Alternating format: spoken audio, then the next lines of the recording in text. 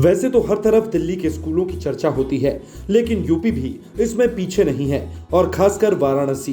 योगी आदित्यनाथ शिक्षा के क्षेत्र में खास ध्यान दे रहे हैं, क्योंकि पढ़ेगा यूपी तभी तो बढ़ेगा यूपी। इसी तरह से पिछले 5 सालों में यूपी के सरकारी स्कूलों की सूरत बदल दी गई है।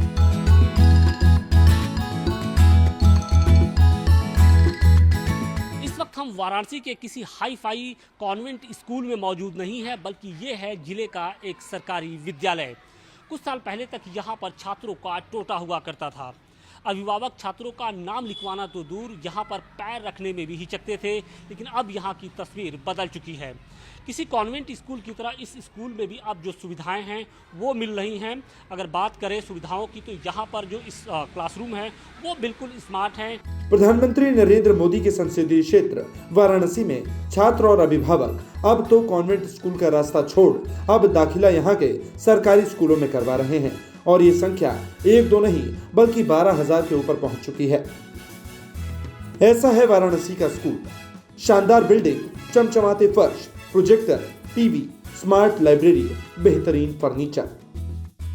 ऐसा है बनारस का नया सरकारी स्कूल। ये तस्वीरें उस सरकारी स्कूल की है जो कभी अंधेरे में डूबा रहता था। बच्चों के बैठने के लिए यहाँ डेस्क बेंच नहीं थे, लेकिन अब यहाँ की शक्ल सूरत पूरी तरह से बदल गई है।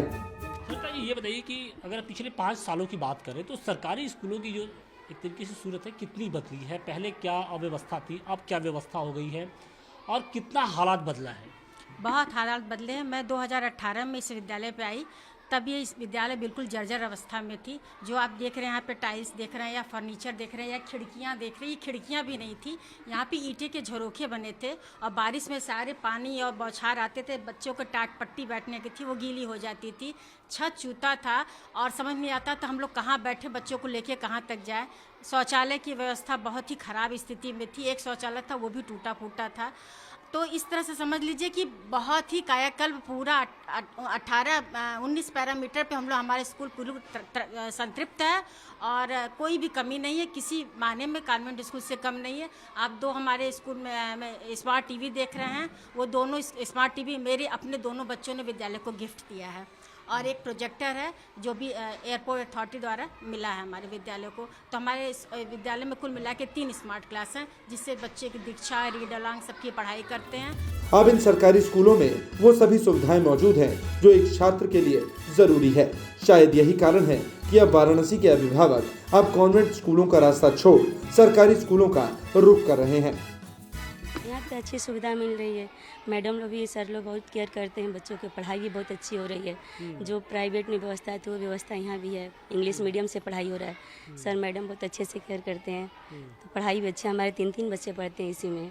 पहले के सरकारी स्कूल का मतलब हम लोग यही समझते थे कि टाट पट्टी पर बच्चों को बैठा दिया जाता है, वैसे ही थोड़ी बहुत पढ़ाई होती है। लेकिन अब आपको लगता है कि कुछ हालात बदला है? बहुत हालात बदला, बहुत अच्छी पढ़ाई हो रही है। और सबसे बड़ी बात ये है कि यहाँ के जो मतलब मैडम सर हैं, तो वहाँ पे बहुत अच्छे शिक्षक हैं यहाँ के, इसलिए पढ़ाई अब तीनों बच्चों को हम यही पढ़ा रहे हैं। बच्चों को प्रॉपर तरीके से केयर किया जाता है, और होमवर्क वगैरह भी सब कुछ है। सरकारी स्कूलों की बदलती सूरत। 80,000 छात्रों ने एडमिशन लिया, करीब 12,000 छात्रों ने कॉन्वेंट स्कूल छोड़ा। कॉन्वेंट स्कूल छोड़कर सरकारी स्कूलों में दाखिला लिया। देखिए, वो एक्चुअल नंबर 12,000 से 15,000 के बीच में है, जैसा कि हम सभी देख रहे हैं। कि इसका कारण लॉकडाउन से शुरू हुआ। लॉकडाउन से ही अभिभावकों का रुझान हमारे बेसिक शिक्षा के स्कूलों में हुआ, और उसके पीछे एक मेरा घर मेरा स्कूल या मोहल्ला स्कूल का जो कंसेप्ट था। जब लॉकडाउन में प्राइवेट स्कूल या कोई अन्य संस्थान किसी तरह का एजुकेशन नहीं दे रहे थे, तो हम लोग बच्चों के उनके घर के आसपास छोटे छोटे इस तरह के विद्यालय संचालित करके बच्चों की शिक्षा दे रहे थे। तो अभिभावकों का झुकाव हमारे स्कूलों में पहली बार हुआ। अरे, परिषदीय विद्यालय में तो इतनी अच्छी शिक्षा है। और फिर जब हमारे पास भौतिक संसाधन जो थे 19 पैरामीटर ऑपरेशन कायाकल्प के, जब उसमें हम सभी ने अच्छा काम किया, और मछोदरी जैसे हमारे पास स्कूल, स्मार्ट स्कूल भी बने, ढडोरपुर जैसे स्मार्ट स्कूल बने, और हमारे जो नॉर्मल स्कूल भी हैं सारे 19 पैरामीटर पूर्ण हैं।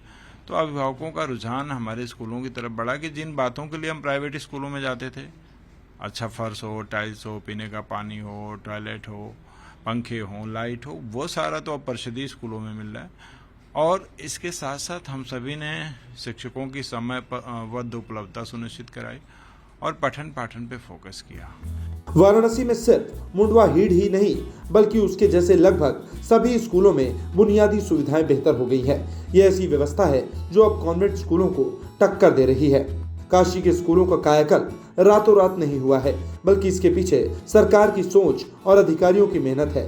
सरकार ने स्कूलों की बेहतरी के लिए ऑपरेशन कायाकल्प शुरू किया। इसके तहत स्कूलों में बुनियादी सुविधा को बढ़ावा दिया गया। अगर सिर्फ मडुवाडी स्कूल की ही बात करें तो यहाँ पर इस वक्त लगभग 300 की जो संख्या है वो बच्चों की है, लेकिन कुछ साल पहले तक यहाँ पर बमुश्किल से 150 से पौने 200 तक ही बच्चे आ पाते थे। हैरानी इस बात की है कि अगर इन 300 बच्चों की बात करें तो उनमें से लगभग 25% ऐसे लोग हैं, बच्चे हैं जो इसके पहले कॉन्वेंट स्कूल में पढ़ा करते थे, लेकिन अब उन्होंने जो दाखिला है वो इस सरकारी स्कूल में कराया है। और इसके पीछे की जो सबसे बड़ी वजह है वो यहाँ के स्मार्ट क्लासरूम है, स्मार्ट जो पढ़ाई का जो स्ट्रक्चर है वो उसकी वजह से इन लोगों ने कॉन्वेंट स्कूल को छोड़कर अब सरकारी स्कूल का एक तरीके से दाखिला लिया है और दिन प्रतिदिन इनकी जो संख्या है बच्चों की वो लगातार बढ़ती जा रही है। इन्हीं उपलब्धियों की बदौलत काशी के स्कूल अब दिल्ली के स्कूलों को चुनौतियां दे रहे हैं। टाइम्स नाउ भारत डिजिटल की रिपोर्ट।